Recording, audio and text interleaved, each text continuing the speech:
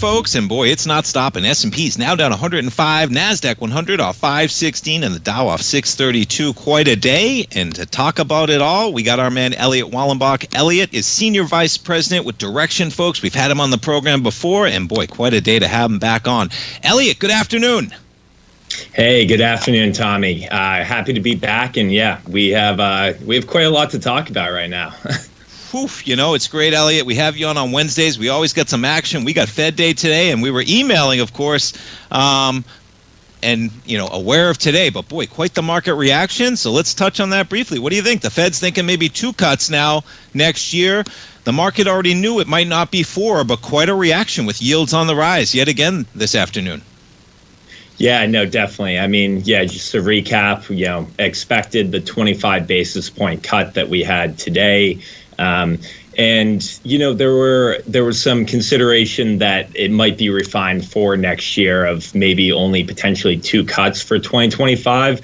And we definitely saw that rhetoric of the refined number of most likely 2 cuts. And, you know, Powell saying that, you know, their target is, you know, 3.75 to 4%. So implying 2 cuts by the end of 2025.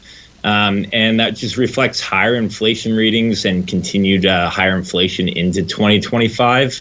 Of course, you know, they've been saying all along that they're going to be data dependent, so that could change. But they've been very transparent so far. And like you mentioned, the 2-year was moving higher along with the rest of the yields. And yeah, it's been pretty interesting today.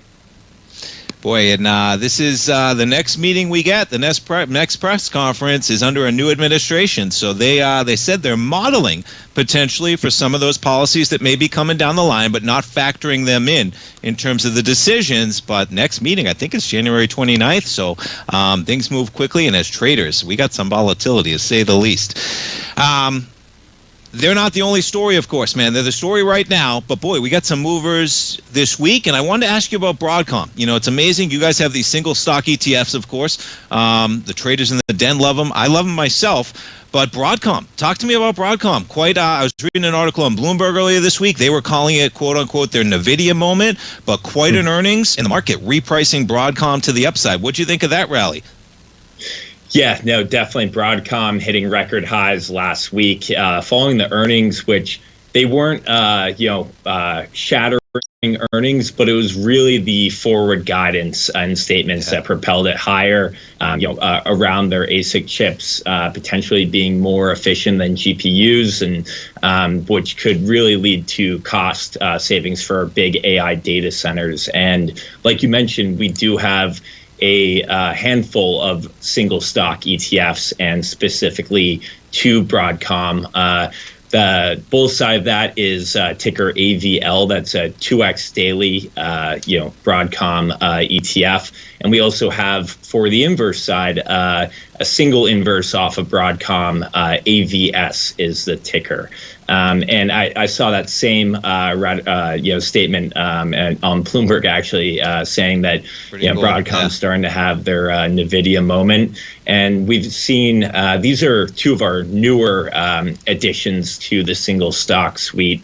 And, we've seen a significant uptick in trading last week and this week as well in both pairs. Some speculative moves on short-term trading higher.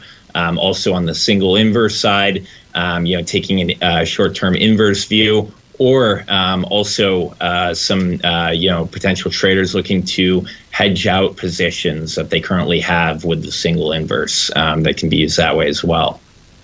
I love the hedge, and as traders, I love it, man, because I was talking to Jacob in our office who does some programs with us, and we were talking about shorting in general, and it seems like, there's a bunch of smaller, tiny stocks that don't have their own ETFs yet, but it's difficult to short on so many occasions, and these make it so easy, which is so cool. And then you have the hedging, which just is a no-brainer, man. And in some of these equities, you want to lay off on a day like for today, for instance. You want to lay off today in terms of lay off some risk after the run you had on Broadcom. And we got Broadcom. What is it doing now? I just looked at it, down 6.2%. Now, all things considered, it's up from 180 to 225. But as you can see, 6.2%, and those are pretty cool vehicles that you can lay that off in terms of that risk, even for an overnight with And, I know you guys have fees. We know it. But basically no fees when you're talking about a short term, when you're talking about a week of trading, whatever it is. Pretty cool. Now, we're coming into Christmas, man. It's 1 week from Christmas today. And these markets outside of today were on quite a run. Is the Christmas rally already over? Eliott, what's going on? What do you think as we come into 2025 here as holiday trading? Pretty much may kick off after... A lot of people said maybe today. Things may take a little time to sort out after this market move, but we come into Christmas week and New Year's. What do you think about this market trailing off into the end of a pretty strong 2024? Yeah, it has been a very strong 2024 so far, and we've seen a rally for even starting before December. But yeah, the classic Santa Claus rally. I mean, starting it off, we just had U.S. retail sales come in for November that were slightly higher, surge in car purchases and solid online shopping. You also saw strong Black Friday and Cyber Monday promotionals, sales that generated some pretty massive sales on platforms like Amazon. So we already had that pre Santa Claus rally around the retail and the consumer that we can definitely might continue on throughout the rest of the year. So I mean, a couple ways that you can approach this. We do have a retail 3X bull. That ticker is RETL. That's equal weight to retail select sector. And if you're looking to get a little bit more, concentrated, we also do have a consumer discretionary bull 3X. That ticker is WANT, WANT. And that's market cap weighted. So you're going to, the heaviest weights are Amazon, Tesla, two kind of names for a variety of reasons beyond just the consumer spending have really taken off over the past month and actually, really through this year. And, one more, just we'll throw it out there. If you want to get even more granular, back to the single stocks, we do have single stock pairs off of both Amazon and Tesla.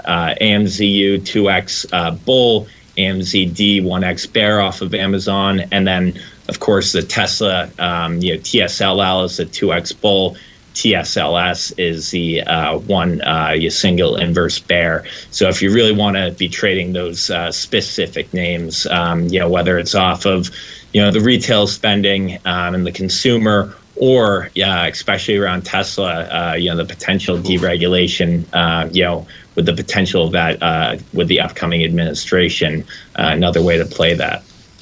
And it is pretty cool, man. Tesla today itself, just the underlying equity, down by 7%. But as we know, that stock, my goodness, stratospheric. But boy, some big moves for the ETFs, and then WANT. That's pretty cool. Down by 10.2% today, but yeah, up from $40 to 67. We got some moves in this market, man. I was looking at Walmart. How about the year Walmart has? Jumping around, right? But how about the year Walmart's putting together in retail? I was reading an article just dwarfing everything going on in consumer. They're having quite a year. Walmart, even on a day like today, Eliott, down only 0.4%. Holding up so well. Eliott, I appreciate the time. That was a quick 9 minutes, man. We got a lot to talk about. I appreciate the time on a busy day, man. Have a great Christmas, great holiday, and we look forward to talking to you into 2025. Hey, thanks, Tommy. Great being here. Thank you for having me. Thanks, Eliott. Folks, you heard it. Some great ETFs. Head on over to the front page of TFNN. You'll see those direction banners right there. Click on them, check them out, and we'll be right back after the break, folks. Stay tuned.